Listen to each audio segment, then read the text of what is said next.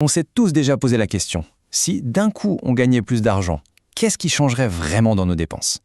Eh bien, l'économie a un outil super précis pour répondre à ça. Ça s'appelle l'élasticité revenu et c'est exactement ce qu'on va décortiquer ensemble aujourd'hui.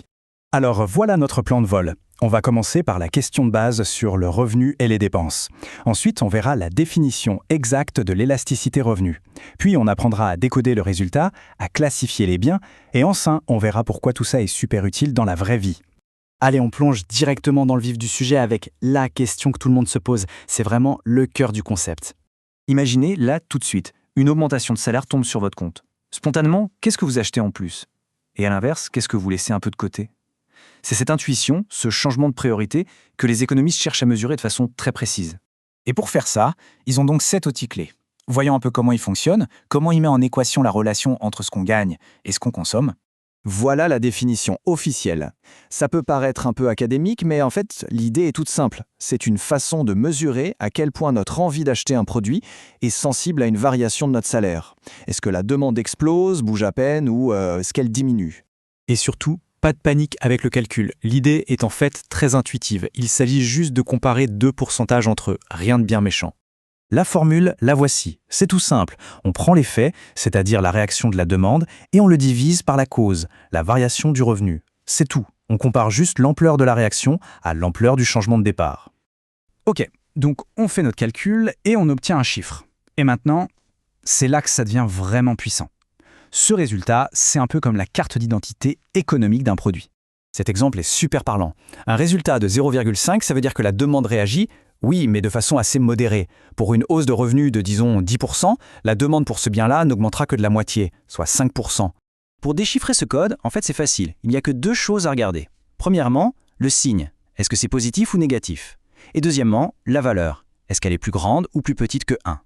Avec juste ça, on peut tout comprendre.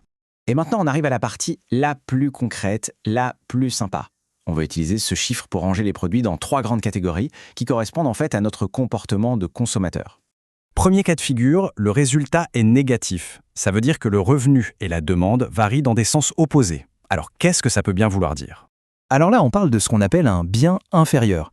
Mais attention, le mot inférieur n'est pas péjoratif. C'est juste un terme économique pour désigner un produit qu'on a tendance à remplacer par quelque chose de meilleure qualité dès qu'on en a les moyens. L'exemple du pain est parfait. On délaisse le pain de mie du supermarché pour le bon pain de son artisan boulanger. Deuxième cas. Le chiffre est positif, mais il est coincé entre 0 et 1. Ça veut dire que la demande augmente, oui, mais moins vite que le revenu. De quoi s'agit-il? Ça, c'est la caractéristique d'un bien normal, qui est souvent un bien de première nécessité. Quand on gagne plus, on en achète un peu plus, ou peut-être de meilleure qualité, mais ça reste raisonnable. On ne va pas doubler sa consommation de légumes si son salaire double, par exemple. Par contre, on va peut-être se tourner plus facilement vers le bio. Et enfin, on arrive au dernier cas, le plus spectaculaire, on va dire, quand l'élasticité est supérieure à 1. Ici, la demande surréagit complètement par rapport à la variation du revenu. Et là, bienvenue dans la catégorie des biens de luxe. Encore une fois, ce n'est pas forcément un produit hors de prix, mais c'est un produit dont la consommation est hypersensible au revenu.